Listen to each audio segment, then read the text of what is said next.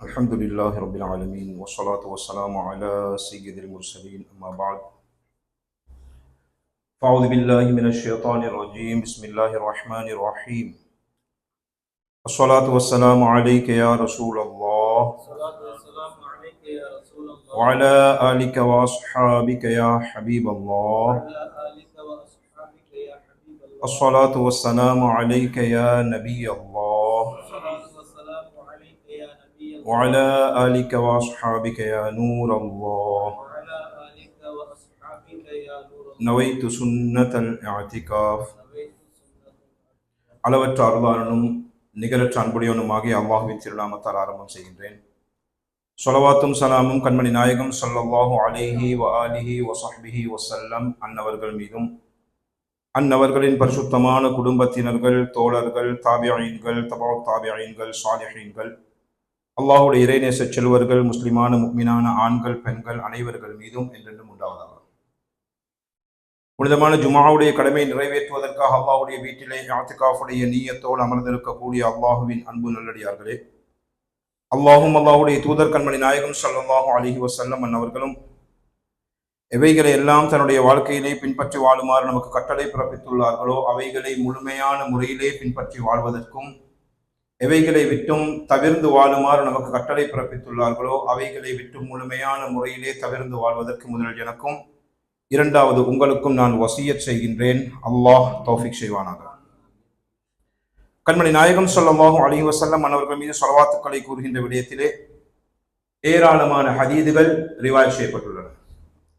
ஒரு ஹதீஸ் ஷரீஃபிலே பெருமானார் ஸல்லல்லாஹு அலைஹி வஸல்லம் அன்னவர்கள் நபித்துள்ளார்கள், ஹைசுமா குன்தும் ஃபஸல்லு அலைஹி ஃபஇன்ன ஸலாத்தக்கும் தப்லுகுனி அவ் கமா ஸல்லல்லாஹு அலைஹி வஸல்லம்.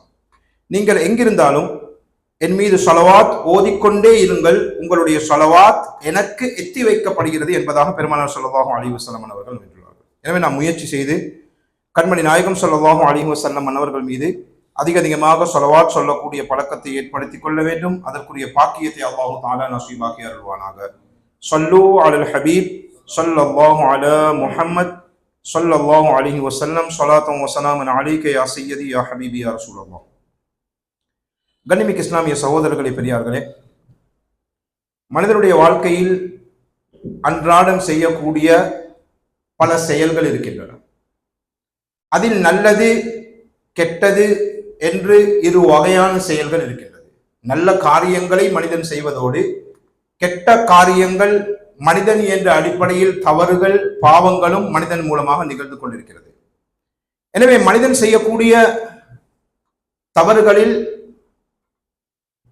முக்கியமான ஒரு விடயம், அன்றாடம் மனிதனுடைய வாழ்க்கையில் பல மனிதர்கள் செய்யக்கூடிய ஒரு விடயம் என்னவென்றால், அல்லாஹு தஆலா பல நிஅமத்துக்களை மனிதர்களுக்கு வழங்கி இருந்தும் மேலும் மேலும் மனிதன் அதை கொண்டு போதும் என்ற மனப்பான்மையை ஏற்படுத்தாமல் அல்லாஹ் இவ்வாறு வழங்கி இருக்கின்றான் என்று அல்லாஹ்வுக்கு நன்றி செலுத்துவதோடு மாத்திரம் இருக்காமல் மேலும் மேலும் அதை அதிகப்படுத்த வேண்டும் என்ற விஷயத்துல பேராசை கொள்ளக்கூடிய ஒரு விஷயத்தை காண்கின்றோம். அது சொத்துக்களில் மாத்திரமல்ல. பேராசை என்பது சொத்துக்கள், செல்வங்களில் மாத்திரம் கிடையாது. அறிவுடைய விடயத்திலும் பேராசை இருக்கின்றது. பேராசை என்பது ஒரு மனிதனுக்கு அல்லாஹு தஆலா ஒரு நிஅமத்தை வழங்கியும் இன்னும் கிடைக்க வேண்டும் என்று அவன் மேலாசை கொள்வது, பேராசை கொள்வது. இதற்குத்தான் சொல்வார்கள் பேராசை கொள்வது என்று. இந்த பேராசை என்பது எவ்வளவு மோசமான ஒரு நோய் என்றால், எவ்வளவு மோசமான ஒரு துப்பாக்கியம் என்று சொன்னால், பல ரிவாயத்துக்கள், பல ஹதீதுகளின் மூலமாக, பல சம்பவங்களின் மூலமாக இதை பற்றிய சில விடயங்களை உலமாக்கள் நமக்கு அழகான முறையிலே கற்றுத்தருகிறார்கள். குர்ஆனுடைய ஒரு சிறந்த தஃசீர் கலை வல்லுநராகிய அல்லாமா அஹ்மத் பின் முஹம்மது ஸாவி ரஹ்மத்துல்லாஹி அலைஹி அவர்கள் தஃசீரே ஸாவியில ஒரு அழகான விடயத்தை குறிப்பிடுகிறார்கள். என்ன விடயம்? ஒரு மனிதன் என்றால் அவனுக்கு அல்லாஹ் நிஅமத்துக்களை வழங்கினால் எவ்வாறு அந்த நிஅமத்துக்களுக்கு அவன் அல்லாஹ்வுக்கு ஷுக்ர் செய்து கொண்டு வாழ வேண்டுமோ அவ்வாறு வாழாமல் பேராசை கொள்ளக்கூடிய மனிதனுடைய விபரீதம் என்ன என்பதை பற்றி தஃசீர் ஸாவில அவர்கள் குறிப்பிடுகிறார்கள். அழகான ஒரு விடயத்தை குறிப்பிடுகிறார்கள். பலான் பின் பாவுரா என்று சொல்லக்கூடிய ஒரு மனிதன் இருந்தான். மிகப்பெரிய ஒரு ஆலிம், அறிவு அதிகமாக பெற்றிருந்த ஒரு மனிதன். மேலும் எந்த அளவு என்றால் இஸ்முல் ஆதம் என்று சொல்லக்கூடிய அந்த விடயத்தையும் அவன் அறிந்து வைத்திருந்தான். இஸ்முல் ஆதமோடு கேட்கக்கூடிய துஆக்கள் கபூல் செய்யப்படும், அது என்ன என்பதையும் அவன் அறிந்து வைத்திருந்தான். கையை உயர்த்தினால் துஆக்கள் கபூல். அவனிடம் கல்வி கற்கக்கூடிய மாணவர்களுடைய எண்ணிக்கை பல்லாயிரக்கணக்கான மாணவர்கள். அவனுடைய அந்த தர்ஸ் செய்யக்கூடிய இடத்திலே 1200, சில உலமாக்கள் எழுதுறாங்க 1200 மனிதர்கள் கலந்து கொள்வார்களாம், மாணவர்கள். அவ்வளவு பெரிய அறிவை அல்லாஹ் கொடுத்தான், துஆ கபூலியத்தை கொடுத்தான். மிகப்பெரிய ஆலிமாக அந்த காலத்திலே வாழ்ந்தால் தான் இருக்கக்கூடிய இடத்தில் இருந்து கொண்டே ரூஹானியத்தான முறையில் அர்ஷே ஆதம் என்று சொல்லக்கூடிய அல்லாஹ்வுடைய அர்ஷை கண்டு கழிக்கக்கூடிய ஒரு பாக்கியம் அவனுக்கு கிடைத்திருந்தது. இப்படியெல்லாம் பல நியாமத்துக்களை அல்லாஹு தஆலா பலான் பின் பாவுராவுக்கு வழங்கி இருந்தான்.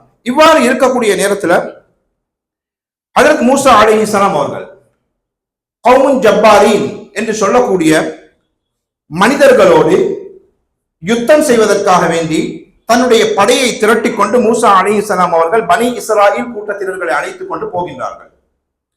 இவர்கள் வரக்கூடிய விடயத்தை கேள்விப்பட்டதும் இந்த பலான் பின் பாவுராவுடைய கூட்டத்தினர்கள் என்ன செய்கின்றார்கள், ஓடோடி வருகின்றார்கள் பலான் பின் பாவுராவிடம். சொல்றாங்க, மூசா அலைஹிஸ்ஸலாம் அவர்கள் அவருடைய பனி இஸ்ராயில் கூட்டத்தோடு எங்களை அழிப்பதற்காக, நம்முடைய இடத்தை கைப்பற்றிக் கொள்வதற்காக, நம்மோடு யுத்தம் செய்வதற்காக பெரும் திரளான ஒரு படையை அழைத்துக் கொண்டு வருகின்றார்கள். எனவே பலான் பின் பாவுராவே, நீ மூசாவுக்கு எதிராக பதுவா செய்ய வேண்டும். பலான் பின் பாவுரா யாரு? கையை உயர்த்தினால் துஆ கபூல். இவருடைய கூட்டம் வந்து என்ன சொல்றாங்க, மூசா அலைஹிஸ்ஸலாம் பனி இஸ்ராயில் கூட்டத்தோடு வர்றாங்க. வந்து அவர்கள் நம்மோடு யுத்தம் செய்தால் நம்முடைய இடத்தை கைப்பற்றிக் கொள்வார்கள், நமக்கு எதுவுமே மிஞ்சாது, அவர்களுக்கு மாற்றமாக நீ பத்வா செய் என்று கூறியவுடன் பலான் பின் பாவுரா நடுங்கி விடுகின்றான். அச்சம் ஏற்படுகிறது. கேட்கின்ற அவனுடைய கூட்டத்தை பார்த்து, மனிதர்களே உங்களுக்கு என்ன புத்தி ஏதாவது கெட்டுருச்சா? நீங்க யாருக்கு எதிராக பதுவா செய்ய சொல்றீங்க? அல்லாஹ்வுடைய நபி மூசா அலைஹிஸ்ஸலாத்துக்கு எதிராக நான் எவ்வாறு பதுவா செய்வது? அவர்களோடு இருக்கக்கூடிய படையினர்கள் மூமின்கள் மலக்குகள் இருக்கின்றார்கள். இப்படிப்பட்ட இந்த பரிசுத்தமான இந்த கூட்டத்திற்கு எதிராக நான் எவ்வாறு பத்வா செய்ய முடியும் என்று பலான் பின் பாவுரா தன்னுடைய கூட்டத்தார்களை பார்த்து சொல்றான். திரும்பவும் அந்த கூட்டத்தினர்கள் என்ன செய்கிறார்கள், வற்புறுத்துகின்றார்கள், பை ஃபோர்ஸ் பண்றாங்க. இல்ல நீ பதுவா செஞ்சேதான் ஆகும். இவன் சொன்னா என்னால முடியாது. சில உலமாக்கள் எழுதுறாங்க, அதன் பின்னால இவர்களுடைய வற்புறுத்தலின் காரணத்தினால் பலான் பின் பாவுரா என்ன சொல்றாரு, நான் இஸ்திகாரா செஞ்சு பார்க்கிறேன், சரியாக வந்துச்சுன்னா நான் பதுவா செய்யறேன். இஸ்திகாரா செஞ்சு பார்க்கிறாங்க. ஒரு நல்ல விஷயத்தை, ஏதாவது ஒரு விஷயத்தை செய்யக்கூடிய நேரத்துல மார்க்கம் அனுமதிக்கக்கூடிய ஒரு முறை செஞ்சு பார்க்கிறான். அதிலும் அவனுக்கு மாற்றமாகத்தான் வருகிறது, நீ செய்யக்கூடாது என்று தான் வருகிறது. உடனே ஒதுங்கி விட்டான். தன்னுடைய கூட்டத்தை பார்த்து சொன்னா என்னால முடியாது, அல்லாஹ்வுடைய நபிக்கும் அவருடைய கூட்டத்தினர்களுக்கும் எதிராக என்னால் பத்வா செய்ய முடியாது என்று ஒதுங்கி விட்டான். ஆனால் கூட்டத்தினர்கள் விடவில்லை. திரும்பவும் என்ன செய்கின்றார்கள், பல சொத்துக்களையும் பல ஆசை பாசங்களையும் அவனுடைய கல்வியிலே ஏற்படுத்துகின்றார்கள். இவ்வாறு செய்தால் உனக்கு இப்படியான சொத்துக்களை நாங்கள் வழங்குவோம், இப்படியான வஸ்துக்களை நாங்கள் உனக்கு தருவோம் என்று சொல்லி ஆசையை கொடுத்தவுடன் இவனுடைய உள்ளத்திலே பேராசை ஏற்பட்டு விட்டது. அல்லாஹ் எவ்வளவோ நியாமத்தை வழங்கி இருக்கின்றான். கையை உயர்த்தினால் துஆ கபூல். இருக்கும் இடத்தில் இருந்து கொண்டே அல்லாஹ்வுடைய அர்ஷை பார்க்கக்கூடிய, ரூஹானியத்தான முறையில் பார்க்கக்கூடிய ஒரு அந்தஸ்து, இப்படியான பல நியாமத்துக்களை வழங்கியும் கூட பேராசை இருக்கின்றதே இவனுடைய கல்வியிலே குடிக்கொண்டு விட்டது. அவனுடைய கூட்டத்தினர்கள் சொல்றாங்க, நான் உங்களுக்கு இவ்வளவு எல்லாம் சொத்துக்களை தருவோம், நீங்க என்ன செய்யுங்க, மூசா அலைஹிஸ்ஸலாத்துக்கு எதிராக பதுவா செய்வீர்கள். சொத்துக்களை பார்த்தவுடன், சொத்துக்கள் தருவேன் என்று கூறியவுடன் பேராசையின் காரணத்தினால் அவன் என்ன செய்கின்றான், ஏற்றுக்கொள்கிறான். சரி அப்படின்னு சொல்லி அவனுடைய கழுதையில் அமர்ந்து கொண்டு மூசா அலைஹிஸ்ஸலாத்துக்கு எதிராக பதுவா செய்வதற்காக போகின்றான். அந்த கழுதை கூட அவனை தூக்கி கொண்டு போவதில்லை. அவன் எந்த திசையை நோக்கி போகின்றானோ அந்த கழுதை முகத்தை திருப்பிக் கொண்டு மறு திசையை நோக்கி செல்கிறது. அடித்து அடித்து எடுத்து செல்கின்றான். அல்லாஹ் அந்த கழுதைக்கு, சில உலமாக்கள் எழுதுகிறார்கள், அல்லாஹ் அந்த கழுதைக்கு பேசக்கூடிய சக்தியை அல்லாஹ் தஆலா கொடுக்கின்றான். அந்த கழுதை பேசுறது, ஏ பலாமே உனக்கு என்ன, உனக்கு ஏதாவது புத்தி சுயாதீனமாகி விட்டதா, புத்தி ஏதாவது உனக்கு குறைஞ்சிருச்சா, அல்லாஹ்வுடைய நபிக்கு மாற்றமாக நீ பதுவா செய்ய போற, அந்த மூமின்களுக்கு மாற்றமாக பதுவா செய்ய போகின்றாய், என்ன உனக்கு ஏதாவது பிரச்சனையா என்று அந்த கழுதை பேசுகின்றது. ஆனாலும் கூட சொத்துக்களின் மீது இருந்த பேராசை, கல்வில, மனுஷனுடைய கல்வில அல்லாஹ் தந்திருக்கக்கூடிய நியாமத்தை விட அதிகமாக சொத்துக்களை பெற வேண்டும், அனுபவிக்க வேண்டும், மற்ற விடயங்கள் எனக்கு இன்னும் இன்னும் கிடைக்க வேண்டும் என்று பேராசை இருக்கின்றதே ஒரு மனிதனை நடுரோட்டில் கொண்டு நிப்பாட்டிடும். இன்றைக்கு பல விஷயத்துல நாம பார்க்கிறோம், பல வியாபாரங்களை பார்க்கிறோம். அழகான முறையில ஹலாலான முறையில கொஞ்சமாக சம்பாதித்தாலும் நிம்மதியோடு ஹலாலான சம்பாத்தியத்துல வியாபாரம் பிசினஸ் செஞ்சு கொண்டு வாழ்ந்து கொண்டு இருக்கின்றோம்.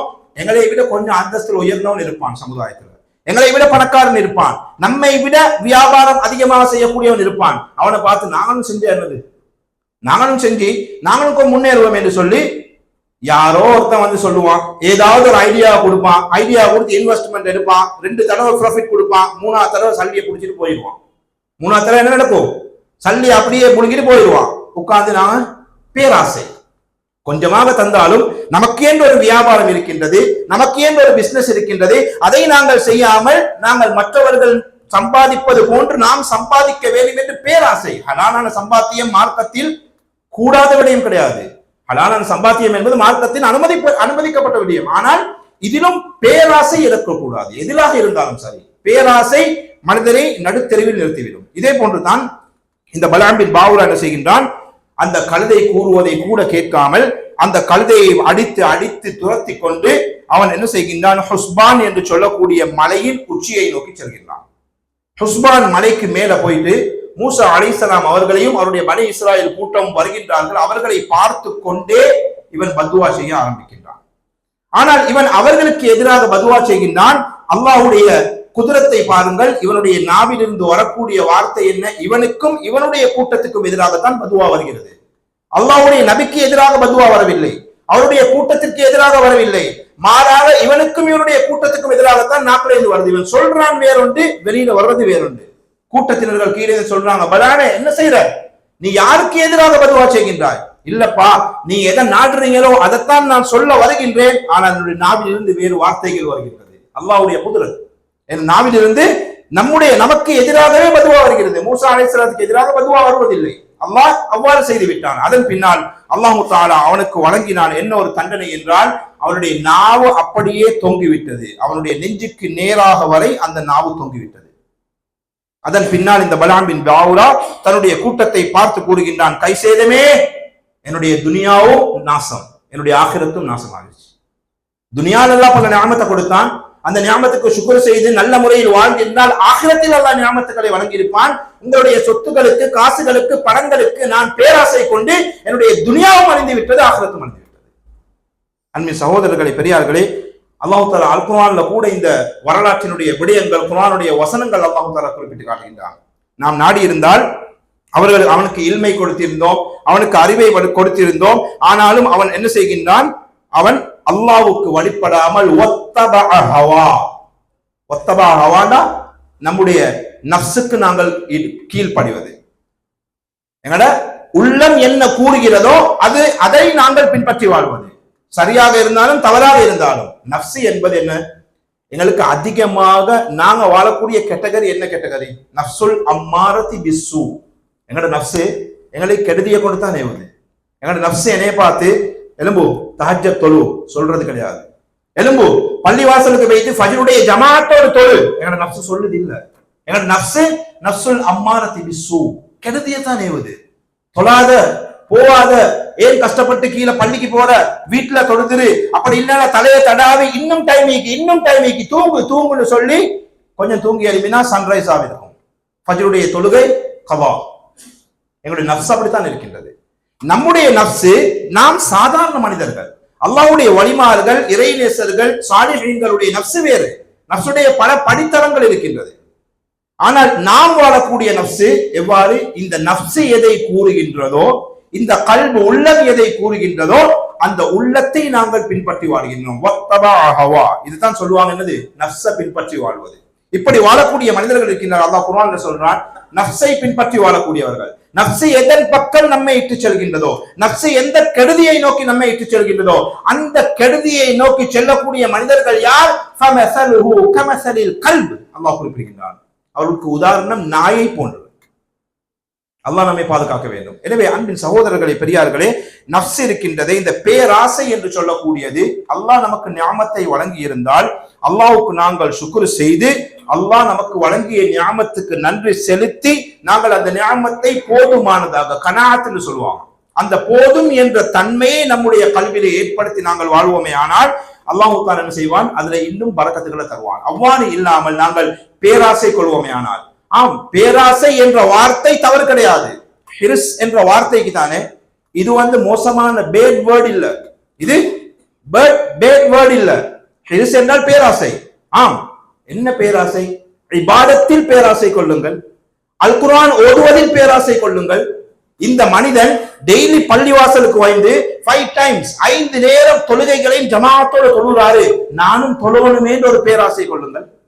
இந்த மனிதன் அல்லாஹ்வுடைய பாதையில் பல லட்சக்கணக்கான ரூபாய்களை சதகாக்கள் ஜகாத் செய்கின்றார், பள்ளிவாசலில் ஏதாவது ஒரு வேலை இருந்தால் உடனே வந்து பள்ளிவாசலுக்கு கொடுத்து உதவுகின்றார், நானும் கொடுக்க வேண்டுமே என்று பேராசை கொள்ளுங்கள்.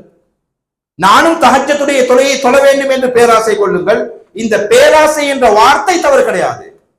இந்த பேராசை கெட்ட விடயங்களுக்காக இருக்கக்கூடாது, அமலுடைய விஷயத்தில் இருக்க வேண்டும்.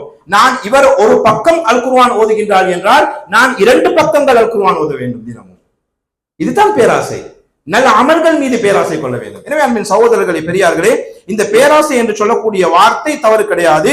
மாறாக இந்த பேராசையை நல்ல விடயங்களில் நாங்கள் பயன்படுத்துவோமே ஆனால் இதன் மூலமாக அல்லாஹ் தஆலா நம்முடைய வாழ்க்கையில பல நியாமத்துக்களை நமக்கு வழங்குவான் என்பதில் எந்த சந்தேகமும் கிடையாது. ஹஜ்ரத் அபூ ஹுரைரா ரலியல்லாஹு தஆலா அன்ஹு அவர்கள் ரிவாயத் செய்கின்றார்கள், பெருமானார் ஸல்லல்லாஹு அலைஹி வஸல்லம் அவர்கள் நபித்துள்ளதாக ஒரு தடவை கண்மணி நாயகம் ஸல்லல்லாஹு அலைஹி வஸல்லம் மஜ்லிஸ்ல நாங்கள் அமர்ந்திருக்கின்றோம், அருமை சஹாபாக்கள் அமர்ந்திருக்கின்றார்கள். பெருமானார் ஸல்லல்லாஹு அமல் இபாதத்தின் மீது பேராசையை பாருங்கள். நம்முடைய மூதாதையர்கள் சித்திகே அக்பர், மிகப்பெரிய ஆஷிகே அக்பர், அருமை நாயகம் ஸல்லல்லாஹு அலைஹி வஸல்லம் அவர்களை முஹப்பத் வைத்த மனிதர் அபூபக்கர் ஃபில் ஜன்னா, அபூபக்கர் சுவர்க்கவாதி ரலியல்லாஹு அன்ஹு. பெருமானார் ஸல்லல்லாஹு அலைஹி வஸல்லம் பிஷாரத் சொன்ன அந்த சஹாபி எப்படி வாழ்ந்தார்கள் என்று பாருங்கள். ஒரு மஜ்லிஸிலே நாங்கள் அமர்ந்திருக்கின்றோம், பெருமானார் ஸல்லல்லாஹு அலைஹி வஸல்லம் கேட்கிறாங்க, இன்று உங்களில் யார் யார் நோன்பு வைத்திருக்கின்றீர்கள், நஃபிலான நோன்பு. அந்த மஜ்லிஸ்ல இருக்கக்கூடிய சஹாபாக்கள்ல அபூபக்கர் சித்திக் ரலியல்லாஹு தஆலா அன்ஹு சொல்றாங்க, யார் சொல்லலாம், இன்னைக்கு நான் நோன்பு பிடிச்சிக்கிறேன். பெருமானார் ஸல்லல்லாஹு அலைஹி வஸல்லம் கேட்கின்றார்கள், உங்களில் யார் யார் இன்று ஜனாசாவிலே கலந்து கொண்டீர்கள்? அபூபக்கர் சித்திக் ரலியல்லாஹு தஆலா சொல்றாங்க, நான் ஜனாசாவில் இன்றைக்கு கலந்து கொண்டேன். திரும்பவும் பெருமானார் ஸல்லல்லாஹு அலைஹி வஸல்லம் அவர்கள் கேட்கிறார்கள், இன்று உங்களில் யார் யார் மிஸ்கீன்களுக்கு உணவளித்தீர்கள்? அதற்கும் அபூபக்கர் சித்திக் ரலியல்லாஹு தஆலா சொல்றாங்க, யார் சொல்லலாம், நான் இன்று மிஸ்கீனுக்கு உணவளித்தேன். திரும்பவும் பெருமானார் ஸல்லல்லாஹு அலைஹி வஸல்லம் கேட்கிறாங்க, இன்றைக்கு உங்களில் யார் யார் நோயாளியை நலம் விசாரித்தீர்கள்? ஒரு நோயாளியை யார் யார் நலம் விசாரித்தீர்கள்? பெருமானார் ஸல்லல்லாஹு அலைஹி வஸல்லம் அவங்களை பார்த்து அபூபக்கர் சித்திக் ரலியல்லாஹு அன்ஹு சொல்றாங்க, அதையும் நான் செய்திருக்கிறேன். அப்பொழுது பெருமானார் ஸல்லல்லாஹு அலைஹி வஸல்லம் அவர்கள் கூறினார்கள், எந்த மனிதரிடம் இந்த பழக்க வழக்கங்கள் இருக்கின்றதோ, இந்த நல் அமல்கள் இருக்கின்றதோ, அந்த மனிதர் சுவர்க்கம் நிச்சயமாக நுழைவார். ஏனைய சஹாபாக்கள் அமல் இபாதத்தில் ஆசை கொண்டவர்கள் தான். ஒவ்வொரு சஹாபியும் தனி சிறப்புகள் இருக்கின்றது. அபூபக்கர் ரலியல்லாஹு தஆலா அவங்களுடைய சிறப்பை பாருங்கள். ஒரே தினத்துல ஒரு மாசம் கிடையாது, இந்த மாசம் எத்தனை நோன்பு பிடிச்சீங்க, இந்த மாசம் யாராவது நோன்பு பிடிச்சீங்களா கிடையாது, இந்த மாசம் மிஸ்கின் உணவு கொடுத்தீங்களா கிடையாது, இந்த மாசம் ஜனாசாவில் கலந்து கொண்டீர்களா கிடையாது, இந்த மாசம் நீங்க நோயாளியை நலம் விசாரித்தீர்களா கிடையாது. ஒரு நாள், ஒன்லி ஒன் டேல இத்தனை அமல்கள், ஒரே நாளில் இத்தனை அமல்கள். இது யாரு? சுவர்க்கத்தை கொண்டு நன்மாராயம் கூறப்பட்ட சஹாபாக்களில் ஒருவர். சுப்ஹானல்லாஹ். இப்படி அவர்கள் வாழ்ந்தார்கள் என்றால் சதாவும் பாவத்திலே மூழ்கி இருக்கக்கூடிய நாம் எவ்வாறு இபாதத் செய்ய வேண்டும்? சதாவும் பாவம், எல்லா விஷயத்திலையும் பாவம், வெளியிலையும் பாவம், உள்ளேயும் பாவம், கல்வாலும் பாவம், சிந்தனைகளாலும் பாவம், கண்ணால் பாவம், காதால் கேட்பது பாவம். எவ்வளவு இபாதத்துகள் நாங்கள் செய்ய வேண்டியிருக்கிறது, எத்தனை இஸ்திக்ஃபார்கள் செய்ய வேண்டியிருக்கிறது.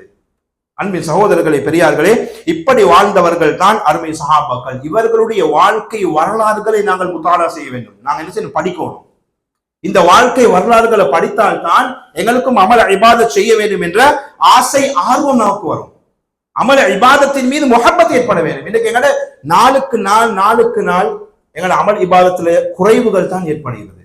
அமல் இபாதத்தை விட்டு நாங்கள் அதிகமானவர்கள் தூரமாகிக் கொண்டே இருக்கின்றோம். நெருக்கம் கிடையாது. ஏன்? இந்த துனியாவுடைய ஆசை, துனியாவுடைய சிந்தனை, துனியாவுடைய பேராசை நம்மை உலகம் மட்டும் தான் அனைத்தும் என்று சிந்திக்க வைக்கின்றது. ஆகிரத்துடைய சிந்தனை கிடையாது. எனவே நல்ல அமல்கள் மீது ஆசை ஆர்வம். அது செய்தனா உமர் ரலியல்லாஹு தஆலா இவர்களும் சுவர்க்கத்தை கொண்டு நன்மாராயம் கூறப்பட்ட சஹாபாக்கள். இந்த உமர் ரலியல்லாஹு தஆலா அன்ஹு அவர்கள் சுபஹுடைய தொழுகைக்கு முன்னால அவர்களை வாளால் வெட்டுறாங்க. அந்த காயத்தோடும் ஃபஜ்ருடைய தொழுகை அவர்கள் தொழுதிருக்கின்றார்கள். அந்த காயத்தோடும் ஃபஜ்ருடைய தொழுகை இமாம் உமர் ரலியல்லாஹு தஆலா அன்ஹு அவர்கள் தன்னுடைய வாழ்க்கையின் கடைசி தொழுகையை தொழுதுதான் அவர்கள் வஃபாத்தானார்கள், ஷஹீதானார்கள். இதுதான் இபாதத்தின் மீது ஆசை. இன்றைக்கு எங்களுக்கு லேசா தலைவலி தொழுவ முடிஞ்சு, லேசா கால் வலி தொழுவ கதா, லேசா ஏதாவது ஒரு பிரச்சனை தொழுவ கதா, அல்லது பகல் நேரத்துல நல்ல வியாபாரம் போது அசருடைய வெள்ளையிலேருந்து கடையில காஞ்சி கொண்டே இருக்கிறோம், அசருடைய நேரத்துல நல்ல பிசினஸ் சார் டைமிக்கு மகரிப் 6:20 மகரிப் 6:40 டைமிக்கு வியாபாரத்தை பண்ணுவோம். அங்க பார்த்தா மோசின் மகரிபுடைய அசான் அசர் போச்சு. ஹாஃபிது அலா ஸலவாத்தி வஸ்ஸலாத்தில் வுஸ்தா, நடுவுல இருக்கக்கூடிய தொழுகை 5 தொழுகைகள்ல விசேஷமாக நடுத்தொழுகையை நாங்கள் பேணிக்கொள்ள வேண்டும். அல்லாஹ் குர்ஆன்ல குறிப்பிடுகின்றான். இது பஜார் நேரத்தில் இருக்கக்கூடிய தொழுகை. வியாபாரம் நடக்கும் நடக்காமல் இருக்கும். இன்று நடக்காவிட்டால் நாளை ரப்பு தருவான். ஆனால் படைத்த ரப்பை மறந்து நாங்கள் வாழ முடியாது. தொழுகை என்பது ஒரு மூமின் மேல கடமை. அந்த கடமையில் இருந்து நாம் யாரும் தப்ப முடியாது என்பதை நாம் ஞாபகத்தில் வைத்துக் கொள்ள வேண்டும். எனவே அன்பின் சகோதரர்களை இவ்வாறு தான் உஸ்மான் ரலியல்லாஹு தஆலா அன்ஹு பெருமானார் ஸல்லல்லாஹு அலைஹி வஸல்லம் ஆரம்பத்திலே கூறிவிட்டார்கள், நீங்கள் அல் குர்ஆன் ஓதிக்கொண்டிருக்கும் போது ஷஹீதாக்கப்படுவீர்கள் உஸ்மான் ரலியல்லாஹு அன்ஹு. அதுவும் எங்க ஃபஸயக்ஃபீகஹுமுல்லாஹ் பக்கரால வரக்கூடிய ஆயத். இந்த ஆயத்தை ஓதிக்கொண்டிருக்கும் போது ஷஹீதாக்கப்படுவீர்கள். அதே போன்றுதான் உஸ்மான் ரலியல்லாஹு அல் குர்ஆன் ஓதும் நிலையில் ஷஹீதானார்கள். அதே ஆயத்தில் அவருடைய இரத்த துளிப்பட்டது. இதுதான் சஹாபாக்கள். இவர்கள் எல்லாம் யார்? சுவர்க்கத்தை கொண்டு நன்மாராயம் கூறப்பட்ட சஹாபாக்கள். அவர்களுக்கு இபாதத்தின் மீது இருந்த ஆசை ஆர்வத்தை பாருங்கள். இபாதத்தை இன்பத்தோடு நாங்கள் செய்ய வேண்டும், பாரமாக செய்யக்கூடாது. தொழுகை பாரம் கிடையாது, அல்லாஹ் நம் மீது கடமையாக்கிய ஒரு அமல். அல் குர்ஆன் ஓதுதல் பாவம் கிடையாது, பாரம் கிடையாது. அல் குர்ஆன் ஓதுறது பாரமாக நாங்கள் நினைக்கிறோம். என்ன அமலை செய்தாலும் பாரமாக நினைக்கின்றோம், சோம்பேறித்தனத்தோடு செய்கின்றோம். விரண்டாவது, அதாவது செய்ய ஆகணுமே, தொழுதே ஆகணுமே, அதுக்காக வேண்டி தொழுகிறோம். அவ்வாறு கிடையாது. ரப்புடைய இபாதத் இன்பத்தோடு செய்ய வேண்டும். ரப்புடைய இபாதத்தை அழகான முறையில் நாங்கள் செய்ய வேண்டும். எனவே அன்பின் சகோதரர்களை, பெரியார்கள், இப்படி எல்லாம் அருமை சஹாபாக்களுடைய வாழ்க்கை வரலாறுகளை நாங்கள் பார்த்தோமே ஆனால் இது நாம் கற்றுக்கொள்ளக்கூடிய ஒரு தருணத்தில் இருக்கின்றோம். இப்பொழுது இபாதத் செய்வதற்கு நமக்கு சந்தர்ப்பம் இருக்கின்றது. இந்த உலகம் இபாதத் செய்யக்கூடிய இடம். கபருடைய வாழ்க்கை இங்கு செய்தால் அங்கு நிம்மதியாக வாழலாம், இங்கு செய்யாவிட்டால் அங்கு நாங்கள் மாட்டிக்கொள்வோம். எனவே இந்த பூமிக்கு மேலால் மனிதன் கஷ்டப்பட்டால் பூமிக்கு கீழால் நிம்மதியோடு வாழலாம். பூமிக்கு மேலால் நாங்கள் அல்லாஹ்வுடைய நெருக்கத்தை பெற்றுக்கொண்டால் பூமிக்கு கீழால் கபரு நம்மை நெருக்காது, மாறாக நமக்கு விசாலமாகி அல்லாஹ் தருவான். நெருக்கத்தை பெற வேண்டும், ரப்புடைய நெருக்கத்தை பெற வேண்டும். இபாதத்தின் மூலமாக, நல்ல அமல்கள் மூலமாக நாம் என்ன செய்ய வேண்டும்? ரப்பை பொருந்துவோம். எனவே நாங்கள் முயற்சி செய்து அல்லாஹ் நம் மீது கடமையாக்கிய கடமைகளை கட்டாயம் செய்யணும். அதுல யாரும் தப்ப முடியாது. தொழுகை என்பது ஒவ்வொரு மனிதனுக்கும் கடமை, ஒவ்வொரு மனிதனுக்கும் ஃபர்து. அதை நம்மால் மறுக்கவும் மறைக்கவும் முடியாது. அதை செய்தால்தான் மற்ற இபாதத்துக்கள் கபூல் செய்யப்படும். ஏனைய இபாதத்துக்கள் மீது நாங்கள் பேராசை கொள்ள வேண்டும். அல் குர்ஆன் ஓதுனமா? எத்தனை வருஷம் ஆயிடுச்சு குர்ஆனை தொட்டு? கொஞ்சம் யோசிச்சு பார்ப்போம். அல் குர்ஆன் எடுத்து ஒரு ஆயத் ஓதி எத்தனை வருஷம் ஆயிடுச்சு? டெய்லி ஓதுனமா? டெய்லி எப்படி நாங்க எங்களோட வாழ்க்கையில் எப்படி பரக்கத்து வரும்? நாளுக்கு நாள் நல்ல அமல்களை விட்டு தூரமாகின்றோம். அதனால தான் அல்ஹம்துலில்லாஹ் நம்முடைய ஷேக் நாயகம் அவர்கள் நல்ல அமல்கள் என்று சொல்லக்கூடிய ஒரு கிதாபை தந்திக்கிறாங்க. அது டெய்லி நீங்க வாசிச்சு, அது அப்ளிகேஷன்ல இருக்குது, டெய்லி வாசிச்சு அமல் செய்தால் கொஞ்சம் மார்க் பண்ணி கொள்றது. இது நம்முடைய அமலை எடுத்து காண்பிப்பது கிடையாது. நாங்க செய்யக்கூடிய அமல்கள் நம்முடைய அமல்களை சீர்தூக்கி பார்ப்பது. இன்னைக்கு நான் செஞ்சிக்கிறேன்னா இல்லையா, செக் அண்ட் பேலன்ஸ் வியாபாரத்துல பிசினஸ்ல செக் அண்ட் பேலன்ஸ் இல்லாட்டி ஒரு வருஷத்துல இன்றைக்கு வேலைக்காரன் ஆகிக்கிறவன் நாளைக்கு பொஸ் ஆகிடுவான். நாங்க வெளியே தான் வரணும். செக் அண்ட் பேலன்ஸ் இருக்கும். எவ்வளவு வருது, எவ்வளவு போகுது, எங்கால வருது, எங்கால போகுது, இத பொஸ் பார்க்காட்டி ஒரு வருஷத்துல அவன் முதலாளி ஆகிடுவான், பொஸ் நடு ரோட்ல இருப்பாரு. செக் அண்ட் பேலன்ஸ் இருக்கணும் வாழ்க்கையில. அதே போன்றுதான் இந்த நல்ல அமல்கள், செக் அண்ட் பேலன்ஸ். இன்றைக்கு நாங்க 5 நேரம் தொழுதிக்கிறோமா? இன்றைக்கு நாங்க சூரத்துல் முல்க் ஓதினோமா? இன்றைக்கு நாங்க முஸ்லிம்களுக்கு சலாம் சொன்னோமா? இன்று தும்மல் ஏற்பட்டு யாராவது அல்ஹம்துலில்லாஹ் சொன்னா நாம யர்ஹமுக அல்லாஹ் கூறுகின்றோமா? இதுதான் சீர்தூக்கி பாருங்கள். ஹாசிபு கப்ல அன் துஹாசபு. உங்களிடம் கேள்வி கணக்கு கேட்கப்படுவதற்கு முன்னால் உங்களை நீங்கள் கேள்வி கேட்டுக்கொள்ளலாம். எங்களுக்கு ஒரு கியாமத் இருக்குது, கேள்வி கணக்கு இருக்குது, கபர்ல கேள்வி கணக்கு இருக்குது, கியாமத்துல கேள்வி கணக்கு இருக்குது. கேள்வி கேட்கப்பட்டால் நாங்க மாட்டிக்கொள்வோம். எங்கள்கிட்ட கேள்வி கேட்டால் நாங்க மாட்டி பதில் என்ன பதில் கூறுவோம்? அல்லாஹ் நமக்கு கேள்வி கணக்கு இல்லாமல் அல்லாஹ் எங்களுக்கு சுவர்க்கத்தை நசீபாக்கணும். கேள்வி கேட்டா நாங்க மாட்டி அங்கு நாங்கள் பதில் சொல்வதற்கு முன்னால் இங்கு நாம் நம்மை தயார்படுத்துவது. டெய்லி என்ற வாழ்க்கையில் ஏதாவது முன்னேற்றங்கள் இருக்கின்றதா? உலக விஷயத்துல முன்னேற்றம் இருக்குது. போன வருஷத்தை விட இந்த வருஷம் நல்ல ஆடை அணிந்திருக்கின்றேன், போன வருஷத்தை விட இந்த வருஷம் பிராண்டட் ஷூ தீக்கிறேன். அமலுடைய விஷயத்துல நாங்க முன்னேற்றம் அடைஞ்சிக்கிறோமா? போன வருஷம் நான் ஒரு குர்ஆன் ஓதினேன், இந்த வருஷம் 2 குர்ஆன் ஓதிக்கிறேனா? போன வருஷம் சுன்னத்தான நஃபிலான நோன்புகளை பிடிச்சேன், இந்த வருஷம் நான் அதை விட கூடுதலா பிடிச்சேனா? இது இருக்கணும் எங்களோட வாழ்க்கையில். இது எங்களோட வாழ்க்கையில் இருந்தால் தான் நாம் துனியாவுடைய சிந்தனை, துனியாவில் வாழ்கின்றோம், ஆகிரத்துடைய சிந்தனையோடு நாளை மறுமை இருக்கின்றது, அதற்குரிய கேள்வி கணக்கு இருக்கின்றது. இவை அனைத்தையும் அல்லாஹ் நமக்கு லேசாக்கி தர வேண்டும் என்றால் உலகத்துல வாழக்கூடிய காலத்துல நாங்கள் அமல் இபாதத்தில் நாங்கள் ஆசை ஆர்வத்தை காட்ட வேண்டும். இந்த அமல் இபாதத்துல ஆசை ஆர்வம் வர வேண்டும் என்றால் அதற்கு நாங்கள் நல்ல தோழமையில் இருக்க வேண்டும். நாங்கள் வாழக்கூடிய அந்த சூழல் நல்ல சூழலா இருக்கணும். நாம பிடித்திருக்கக்கூடிய நண்பர்கள் நல்ல நண்பர்களா இருக்கணும். அப்பதான் எங்களை பள்ளியை கூட்டு போவோம். நல்ல தொழுகையாடி ஃப்ரெண்டா இருந்தா வா மச்சான் பள்ளியை போய் தொழுந்துட்டு வருவோம் வாங்க சொல்லிட்டாங்க. இதே தொழுகை இல்லாத ஃப்ரெண்டா இருந்தா ஏன்னா எங்க கூட்டு போவான்? பல இடமைக்கு கூட்டு போறதுக்கு. எனவே ஒரு மனிதன் நல்லவன் ஆகுவதற்கு அவனுடைய நண்பன், அவன் தோழமை பிடித்திருக்கக்கூடிய அந்த சூழல், அவன் தோழமை பிடித்திருக்கக்கூடிய அந்த நண்பர் யாரோடு இருக்கின்றானோ அவர்கள் நல்லவர்களாக இருக்க வேண்டியது மிகவும் முக்கியம். அவர்களுக்காக நாங்கள் துஆ செய்வது மிகவும் முக்கியம். என்னுடைய நண்பனை நல்ல நண்பனாக்கு. நிறைய வரலாறுகள் இருக்குது. சில மனிதர்கள் காபாவுடைய திரையை பிடித்துக் கொண்டு துஆ கேட்டார்கள். ஒரே துஆ, என்ன துஆ? யா அல்லாஹ் என்னுடைய நண்பனை நல்லவனாக்கு, என் ஃப்ரெண்டை நல்லவனாக்கு. அவனுக்கு கேட்கப்பட்டுச்சு, ஏன் நீ இதை கேட்கிறீங்க? என கூட்டாளி நல்லா இருந்தா தான் நானும் நல்லா இருக்கிறேன். அவன் வழி தவறி விட்டால் அவனுக்கு பின்னுக்கு நானும் போக வேண்டியதாகும். நல்ல நண்பர்களை நாங்கள் கேட்பதோடு நல்லவர்களுடைய சொஹபத் தோழமையில் நாம் இருக்க வேண்டும்.